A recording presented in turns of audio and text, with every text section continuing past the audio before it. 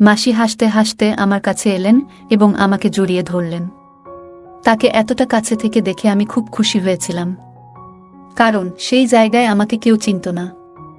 মাসির শৈশব আমার গ্রামের মধ্যেই কেটেছিল, কারণ তিনি আমার মায়ের কাছে পড়াশোনা করার জন্য এসেছিলেন। ছোটবেলা থেকেই মাসির প্রতি তার স্নেহ দেখতাম, যা আমাকে বরাবরই ভালো লাগত। মাসির এমন আচরণ আমাকে খুব স্বস্তি দিচ্ছিল, কিন্তু বুঝতে পারছিলাম না কেন আমি তার প্রতি আকৃষ্ট হচ্ছি।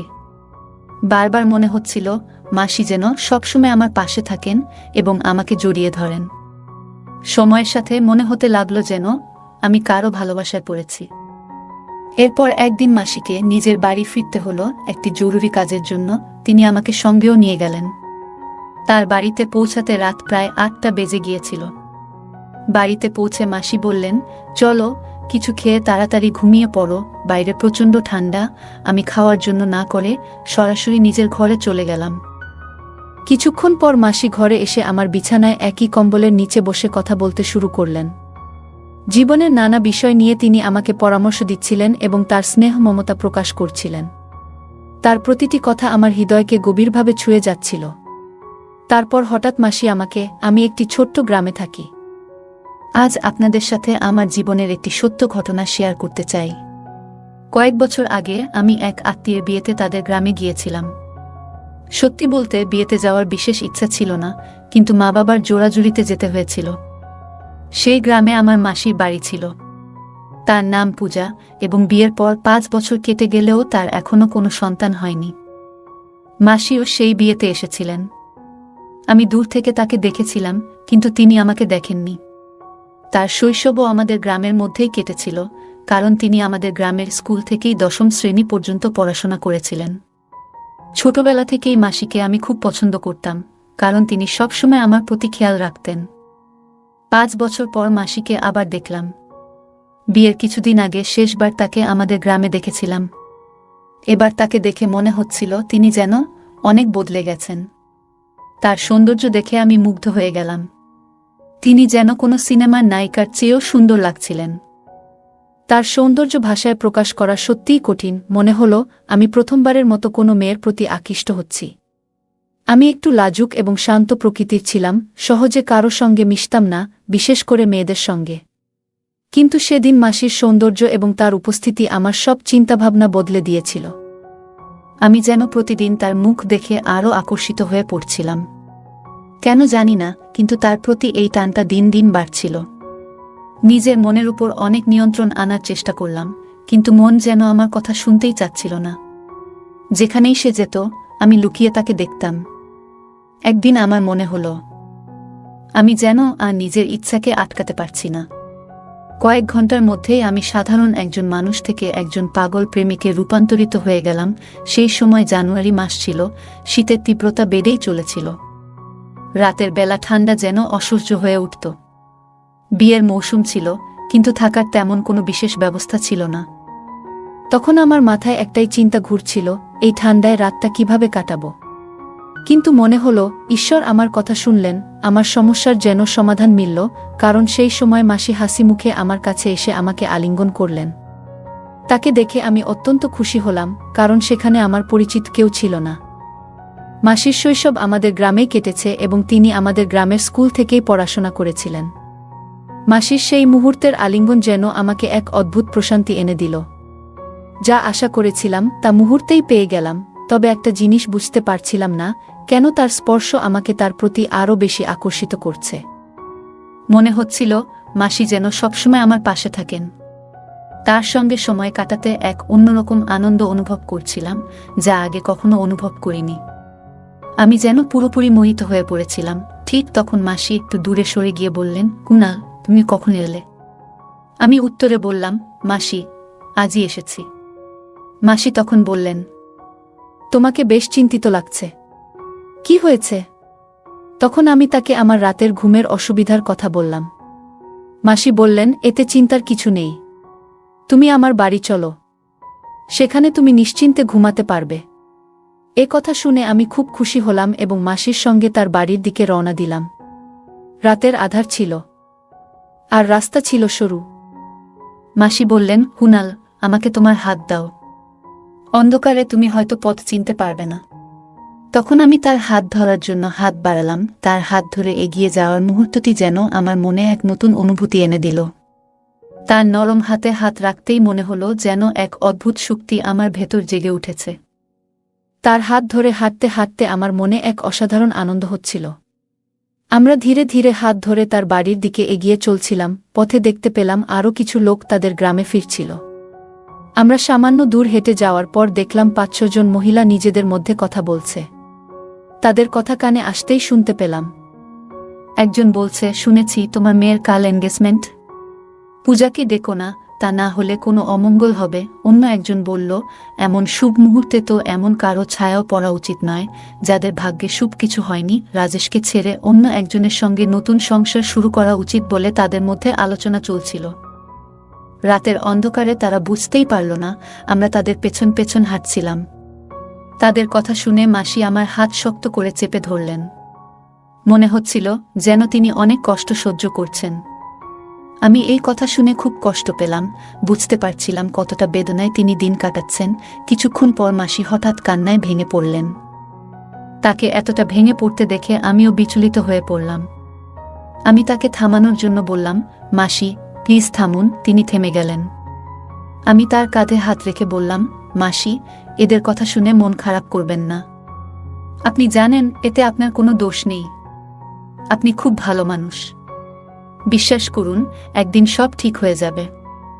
আমার কথা শুনে মাসি কান্না করতে করতে আমাকে জড়িয়ে ধরলেন এবং বললেন, কুনাল, এটা নতুন কিছু নয়। আমার সাথে এটা সবসময় হয়।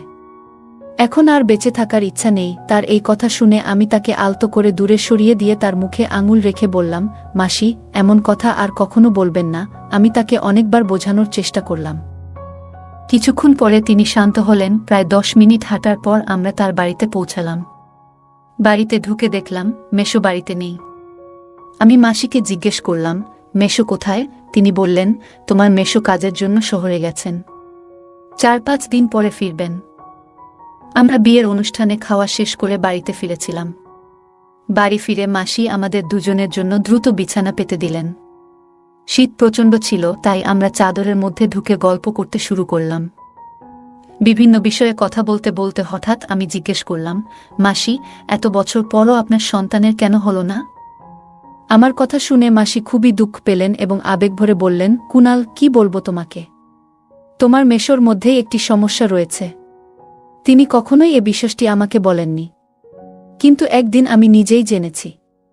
তোমার মেশো যেই ক্লিনিকে টেস্ট করিয়েছিলেন সেখানে আমার এক বন্ধু কাজ করে। সেই আমাকে জানিয়েছে তোমার মেশো কখনো বাবা হতে পারবেন না। মাসি একটু থেমে আবার বললেন, আমি কখনো এ নিয়ে তার সঙ্গে কথা বলিনি। তবে একটা জিনিস দেখেছি, তোমার মেশো বিভিন্ন সাধুসন্তদের প্রতি খুবই বিশ্বাস রাখেন। তাদের কথায় তিনি অনেক টাকা খরচ করেছেন। কেউ বলেছে ৫ মাসের মধ্যে সুখবর আসবে, কেউ ৩ মাসের মধ্যে। এমনকি একজন তো ১ মাসেই সুখবরের প্রতিশ্রুতি দিয়েছিল। তবে এইসব কথা শুনতে শুনতে ৩ বছর কেটে গেছে। আমি জানি এসবের কোনো ফল হবে না। এই কথা বলার সময় মাসি কান্নায় ভেঙে পড়লেন। আমি তার এই কষ্ট দেখে নিজেও খুব খারাপ অনুভব করলাম। তখনই আমি আমার বিছানা থেকে উঠে আমি ধীরে ধীরে উঠে গিয়ে মাসির বিছানার পাশে বসলাম। তার চোখের জল মুছতে গিয়ে তার হাত ব্যবহার করলাম। যখন তার চোখের জল মুছলাম তখন তিনি একটুখানি হেসে ফেললেন। মাসি বললেন, কুনাল, তুই এখনো আমার কতটা খেয়াল রাখিস।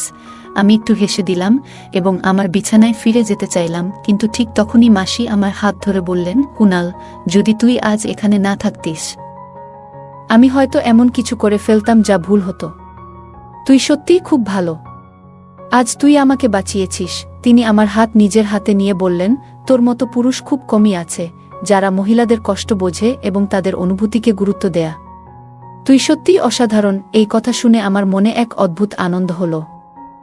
আমরা কথা বলতে বলতে মাসি আমার হাত আলতো করে চেপে ধরছিলেন। আমি তার দিকে কিছু বলার চেষ্টা করছিলাম, কিন্তু আমার মনে যেন এক বিশাল ঝড় উঠেছিল। মনে হচ্ছিল আমি তাকে স্পর্শ করতে চাই, কিন্তু নিজের ইচ্ছেকে দমন করলাম। মাসি তখন হঠাৎ বললেন, যে মেয়ে তোর সঙ্গে বিয়ে করবে সে খুবই ভাগ্যবান হবে। তুই নারীদের সম্মান করিস এবং তাদের অনুভূতি ভালোভাবে বুঝিস। তিনি নিজের চিন্তায় ডুবেছিলেন, কিন্তু হঠাৎ আমার দিকে তাকিয়ে বললেন, এই ঠান্ডা রাতে তুই কিছুই পড়িসনি? এমন চলবে না কুনাল, চাদরের ভেতরে চলে আয়। বাইরে খুব ঠান্ডা পড়ছে। এই কথা শুনে আমার হৃদয় দ্রুত স্পন্দিত হতে শুরু করল। আমি কিছুতেই বুঝতে পারছিলাম না যে এই সব কিছু কেন হচ্ছে। আমরা তখন একসঙ্গে একই চাদরের নিচে বসেছিলাম। মাসি বললেন, সরি কুনাল, আমি শুধু আমার কষ্টের কথা বলছিলাম। এখন বলো, তোমার জীবনে কি চলছে? আমি উত্তর দিলাম, মাসি, আমি শুধু চাকরির খোঁজে আছি, কিন্তু চাকরি পাচ্ছি না। মাসি বললেন, কোনো চিন্তা করো না কুনাল, তোমার সামনে এখনো অনেক বড় জীবন পড়ে আছে, নিশ্চয়ই একটা চাকরি পেয়ে যাবে। এরপর তিনি আমার আরও কাছাকাছি এলেন, যেন আমাকে জড়িয়ে ধরলেন। তারপর মাসি হাসতে হাসতে বললেন, তোমার কি কখনো মনে হয়নি যে তোমারও একজন গার্লফ্রেন্ড থাকা উচিত? আমি বললাম, মাসি, এমন চিন্তা তো আসে, কিন্তু এখনো তেমন কাউকে পাইনি। মাসি মুচকি হেসে আমার দিকে ফিরে বললেন, তাহলে বলো, তোমার কেমন গার্লফ্রেন্ড চাই? আমি সঙ্গে সঙ্গে উত্তর দিলাম, ঠিক আপনার মতো। মাসি অবাক হয়ে হাসতে হাসতে বললেন, আমার মতো কেন? আমি বললাম, কারণ আপনি খুব সুন্দর, বুদ্ধিমতী আর মনের দিক থেকে অসাধারণ একজন মানুষ। মাসি মজা করে বললেন, তুই মিথ্যে বলছিস। আমি হেসে বললাম, মিথ্যে কেন বলবো মাসি? যদি আপনি আমার চোখ দিয়ে নিজেকে দেখতে পারতেন, তাহলে বুঝতে পারতেন আমি সত্যি বলছি না মিথ্যা বলছি। এরপর মাসি একটু থেমে জিজ্ঞেস করলেন, তুই আমাকে নিয়ে কি ভাবিস? আমি শান্তভাবে উত্তর দিলাম, মাসি, আপনাকে আমার খুব ভালো লাগে। ধীরে ধীরে আমার মনে হচ্ছিল মাসিও হয়তো আমার প্রতি একটু আগ্রহ দেখাচ্ছেন। বাইরে ঠান্ডা বাড়ছিল আর ঘরের পরিবেশ যেন উষ্ণ হয়ে উঠছিল। মাসি হেসে বললেন, কুনাল, তুই প্রথম ব্যক্তি যে আমার এত প্রশংসা করল। তার মুখে এমন উচ্ছ্বাস ছিল যেন আমার কথাগুলো তাকে অনেক খুশি করেছিল। আসলে সবারই নিজের প্রশংসা শুনতে ভালো লাগে, আর আমার মাসি প্রশংসারই যোগ্য ছিলেন। আমি মাসিকে একটা কথা বলতে চেয়েছিলাম, কিন্তু কথাগুলো আমার মুখে এসে আটকে গেল। বুঝতে পারছিলাম না কেন, কিন্তু একটা জিনিস স্পষ্ট ছিল, আমি চাইতাম মাসি সব সময় সুখী থাকুক এবং তার সব দুঃখ ভুলে থাকুক। অবশেষে সাহস করে বললাম, মাসি, আমার একটা কথা বলার আছে। প্লিজ রাগ করবেন না। মাসি বললেন, বল কুনাল, তুই যা বলতে চাস। আমি বললাম, মাসি, আমি আপনাকে জীবনের নতুন সূচনা করতে সাহায্য করতে পারি। আমার কথা শুনে মাসি চুপ হয়ে গেলেন, আর আমি একটু নার্ভাস হয়ে পড়লাম। কিছুক্ষণ পর মাসি চুপ ভেঙে বললেন, কুনাল, তুমি যা বলেছ সেটা কি তুমি ভেবে বলেছ? আমি তোমার মাসি, স্ত্রী নই। তারপর মাসি কিছুক্ষণ নীরব থাকলেন। পরে বললেন, কুনাল, আমি ভাবছি এটা কি সঠিক হবে। আমি বললাম, যদি কোনো কিছু ঠিক করার জন্য সামান্য ভুল করতে হয়, তবে আমার মতে সেটা ভুল নয়। মাসি বললেন, তোমার কথায় যুক্তি আছে, কিন্তু আমাকে একটু ভাবার সময় দাও। আমি সম্মতি দিয়ে বললাম, ঠিক আছে মাসি, আপনি চিন্তা করে নিন। এরপর আমরা দুজন ঘুমিয়ে পড়লাম, কারণ পরদিন সকালে আমাকে একটি অনুষ্ঠানে যেতে হতো। পরের দিন আমি খুব সকালে উঠে পড়লাম, কারণ সকাল 7টায় আমাকে বের হতে হতো। বের হওয়ার সময় মাসি বললেন, কুনাল, সন্ধ্যায় ফিরে আসতে ভুল করো না, আমি তোমার জন্য অপেক্ষা করব। আমি মাথা নেড়ে বারাতের সঙ্গে বের হয়ে গেলাম। সেদিন মাসি অনুষ্ঠানে আসেননি। রাতে 9টা নাগাদ আমি খাওয়া সেরে মাসির বাড়ি ফেরার সিদ্ধান্ত নিলাম। মাসি তখন আমারই অপেক্ষায় ছিলেন। আমাকে দেখে হাসতে হাসতে বললেন, কুনাল, আজ তোমাকে খুব মিস করেছি। আমি বললাম, মাসি, আমিও আপনাকে খুব মনে করছিলাম। এরপর মাসি কফি বানিয়ে আনলেন। আমরা একসঙ্গে কফি খেতে খেতে কথা বলতে লাগলাম। হঠাৎ মাসি বললেন, কুনাল, তোমার গতকালের কথায় আমি রাজি হয়েছি। আমি বললাম, মাসি, একবার চেষ্টা করে দেখুন, আপনার ভবিষ্যৎ শুধু সুখ আর আনন্দে ভরে উঠবে। মাসি বললেন, তোমার এই উপকার আমি কখনো ভুলব না, তুমি আমার জন্য ঈশ্বরের মতো। তারপর আমাদের কথা আর অনুভূতি ধীরে ধীরে আমাদের আরও কাছাকাছি নিয়ে এলো। পরদিন সকালে মাসি খুব খুশি মনে ছিলেন। তাকে দেখে আমার মনও আনন্দে ভরে উঠল। মাসি আমাকে বললেন, কুনাল, তুমি আমার সমস্ত ইচ্ছা পূরণ করেছ, তোমাকে অসংখ্য ধন্যবাদ। আমি সঙ্গে সঙ্গে বললাম, মাসি, ধন্যবাদ দেওয়ার কিছু নেই, আমি শুধু চাই আপনি সবসময় সুখে থাকুন, আর আমি ঈশ্বরের কাছে প্রার্থনা করব যাতে আপনার জীবনে কখনো দুঃখ না আসে। এইভাবে আমি মাসির বাড়িতে 3 দিন কাটালাম এবং তার মুখে হাসি ফোটানোর জন্য যথাসাধ্য চেষ্টা করলাম। যখন বাড়ি ফেরার সময় হলো, তখন মাসির চোখে জল ছিল। আমি তাকে জড়িয়ে ধরে বললাম, আবার দেখা হবে মাসি। এই বলে আমি বাড়ির উদ্দেশ্যে রওনা হলাম। প্রায় 3 মাস পর মাসির ফোন এলো। ফোনে মাসি আমাকে জানালেন যে তিনি মা হতে চলেছেন। এই সুখবরটি পাওয়ার পর আমি আনন্দে আপ্লুত হয়ে উঠলাম এবং ঈশ্বরের প্রতি কৃতজ্ঞতা জানালাম। কিছু মাস পর আমার মাসি একটি ফুটফুটে ছেলের জন্ম দিলেন। আমার খুব ইচ্ছে ছিল আমি তাদের বাড়ি গিয়ে ছোট্ট ভাইটিকে দেখে আসি, কিন্তু তখনই আমার নতুন চাকরি শুরু হয়েছিল। ছুটি নেওয়া সম্ভব ছিল না, কারণ নতুন কাজে ছুটি নেওয়া মানে ঝুঁকি। সেই সময় স্মার্টফোনও ছিল না, যার কারণে আমি তার ছবি পর্যন্ত দেখতে পারিনি। প্রায় 1 বছর পর আমার বিয়েতে মাসির সঙ্গে দেখা হলো। সেই সময় প্রথমবার আমার ছোট ভাইকে দেখি। তাকে দেখে আমার চোখে জল চলে এসেছিল। আবেগে আমি ভেঙে পড়লেও নিজেকে সামলে নিলাম। মাসিও খুব খুশি ছিলেন। তাদের আনন্দ দেখে আমার মনে হলো জীবন যেন সফল হয়েছে। বন্ধুরা, এই ছিল আজকের ছোট্ট গল্প। গল্পটি কেমন লাগলো কমেন্ট করে জানান।